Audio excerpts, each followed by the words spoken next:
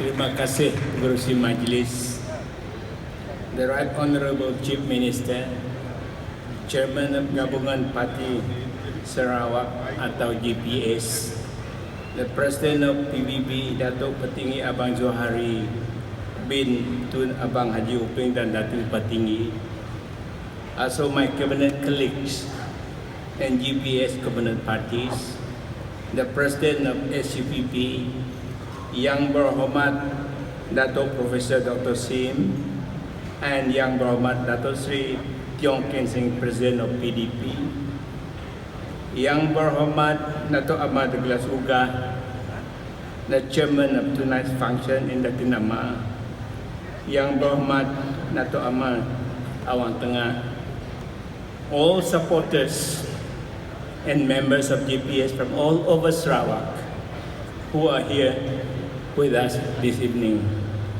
Selamat datang, selamat petang dan salam paduan di dalam Gabungan Parti Sarawak atau GPS.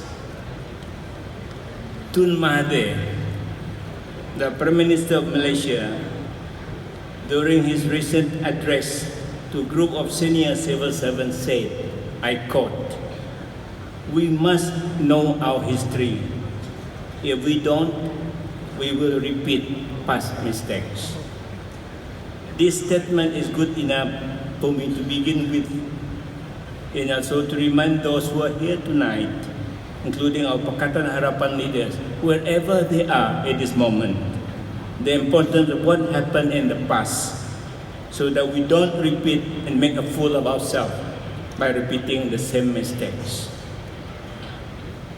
Ladies and gentlemen, the Federation of Malaysia consists of 11 states in the Federation of Malaya, plus 2 regions of Sabah and Sarawak.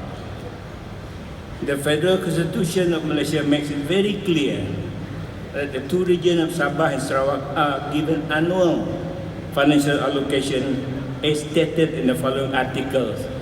They are 1019 bracket 1 bracket A, capitation grant. 2, Article 109 bracket 1 bracket B, state road grant. 3, Article 112C bracket 1 special grant.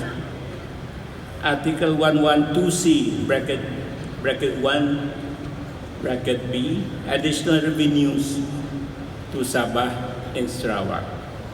Detailed items are prescribed in 10 schedules, Part 1, Part 2, Part 3, and Part 4, and part of Part 5 of the 10th schedule. Therefore, ladies and gentlemen, I am very surprised when Pakatan Harapan, Minister of Finance, demanded that Sarawak to pay all the money given to us, though the above constitutional obligation as member of the Federation given, even though we paid all our loan in accordance to the schedule of payment. In short, sir, Sarawak doesn't owe Putrajaya any money. Nada utang kita yang orang Malaya. In his effort to make us look stupid, Lim Guan Eng reminded me of a 6-year-old boy who tried to teach his masters how to read. In his frustration, after knowing that Sarawak has so much money, he demanded that Sarawak pays all the federal monies all at once. It is like a house buyer who was given 25 years to pay for his loan and asked by the bank to pay all his loan all at once just because he had won a lottery ticket. Because then he accused the buyers of not paying that by saying that buyer tu ada utang. Mana ada utang? Dia menang lottery ticket. It was agreed 25 years he must pay for it. And we paid for that and according to the schedule. Ladies and gentlemen, unless things change, he will be there for another 4 years. And if we are not attentive enough and united in defending our bumi Kenyalang, it may last longer. Ladies and gentlemen, members of GPS, within our borders and under our seas are our oil and gas. These minerals are most precious asset.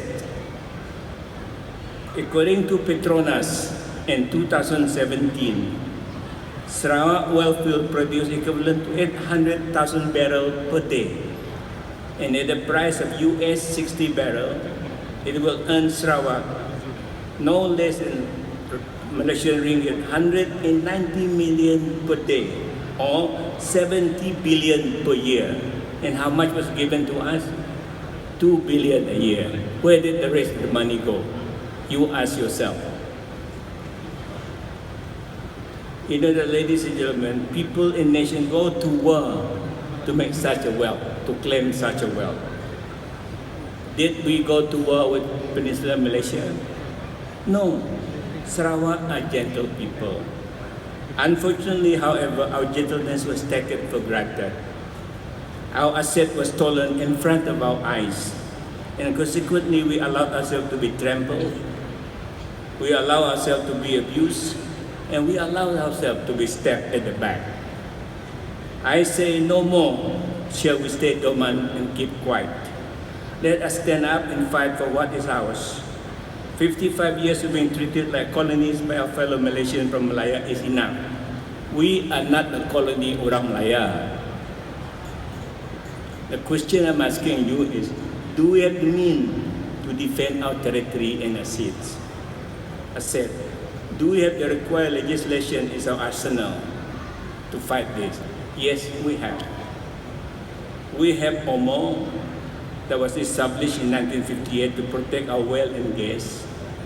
We have M63 to protect our sovereignty.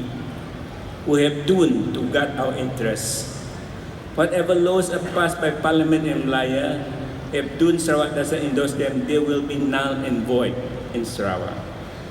A good example of such laws is Territorial Sea Act, which was passed by Malaysian Parliament, reducing our territorial waters a few years ago in 2012. It is null and void because why? Because Sarawak doesn't endorse it. If we in Sarawak are not united in protecting our rights, the above laws would be applicable to Sarawak, and the size and seas of our seabed will be smaller, and our oil and gas under our seabed will be taken by orang Malaya. Therefore, a saying which says, united we bargain, divided we beg, is indeed very relevant to our situation within the Federation of Malaysia. Ladies and gentlemen, whatever we think about forefathers, there were no fools. Sarawak interests were foremost in their mind when formulating MA 63 in the Federation and the Federal Constitution. I would like to touch on one other subject, ladies and gentlemen. That is, our critics often accuse Gabungan Sarawak as all wine in the new bottle. Many of us are angry with this analogy, including me, but please do not get angry. The analogy is correct. GPS is indeed in all wine in the new bottle. I have been in this profession for 35 years. Yang Amat, the Chief Minister, Yang Amat Bawa, the Chief Minister, has been a YB for 37 or 38 years. Yang Berhormat Datuk Amar Suga has been 33 years.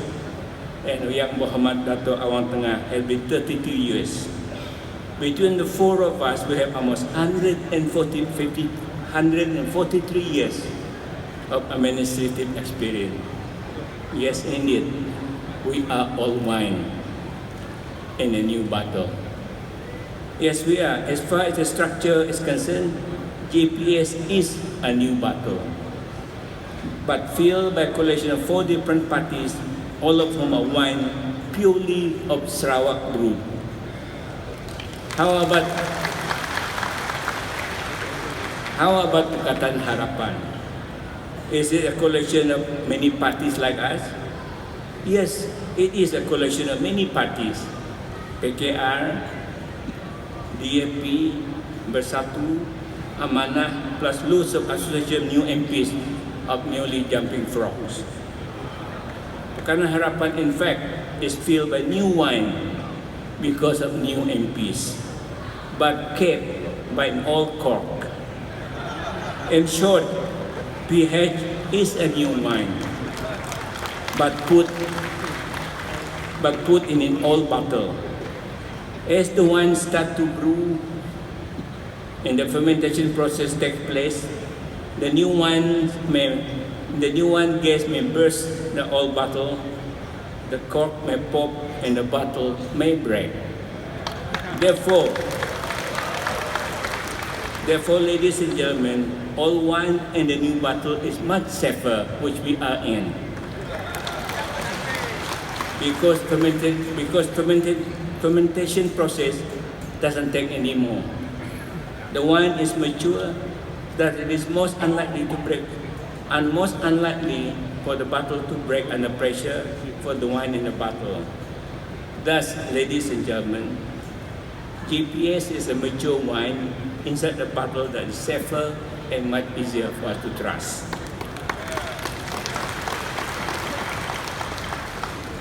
Members of GPS, Hornbill as a logo of Gabungan Party Sarawak is most suitable. I must congratulate the creator of this logo. Hornbill is not only one of the most protected species in Sarawak, and among some native community in this country, it is one of the most sacred birds. Therefore, you cannot kill the hornbill, and for some, it is one of the most honored birds. Not only Sarawak cannot kill it, we must honor it when it makes it present in our midst during the next election, 2021. Let all Sarawakians therefore protect this hornbill, and when it makes it present among us, please give it due respect, and in return, it will bless us with abundant prosperity and long life. Members of GPS, before I conclude, perhaps it is appropriate for me to recap the similarity of structure of Barisan Nasional, which had administered this nation for more than 5 decades, and which was unceremoniously thrown out in 2016 general election with Pakatan Harapan political structure. Barisan Nasional was a coalition of 13 parties, and the chairman was a Melayan-based party by the name of UMNO. Pakatan Harapan is also a coalition of 4 parties, and the chairman and leader is a Melayan-based party called Bersatu. Both Barisan Nasional and Pakatan Harapan are very similar in their political structure. Both are coalition-based parties are barisan, and both are led by Melayan-based party. We in Sarawak, however, are not happy with the structure of such coalition. Therefore, the 4 GPS party quit Barisan Nasional immediately after G14. We want Sarawak led by Sarawak parties and for all Sarawakians. Thus the phrase or cry that we have, Utamakan Sarawak, is very, very appropriate.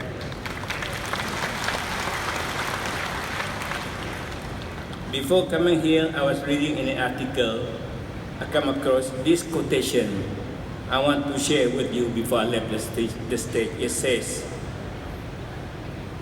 "Fool me once, shame on you. Fool me twice, shame on me." In short, ladies and gentlemen, do not get fooled by Melayan-based party twice. Monyo kujakui ban ana aja asuh pisang berbuah 2 kali. Terima kasih. Majlis merakamkan ribuan terima kasih kepada Yang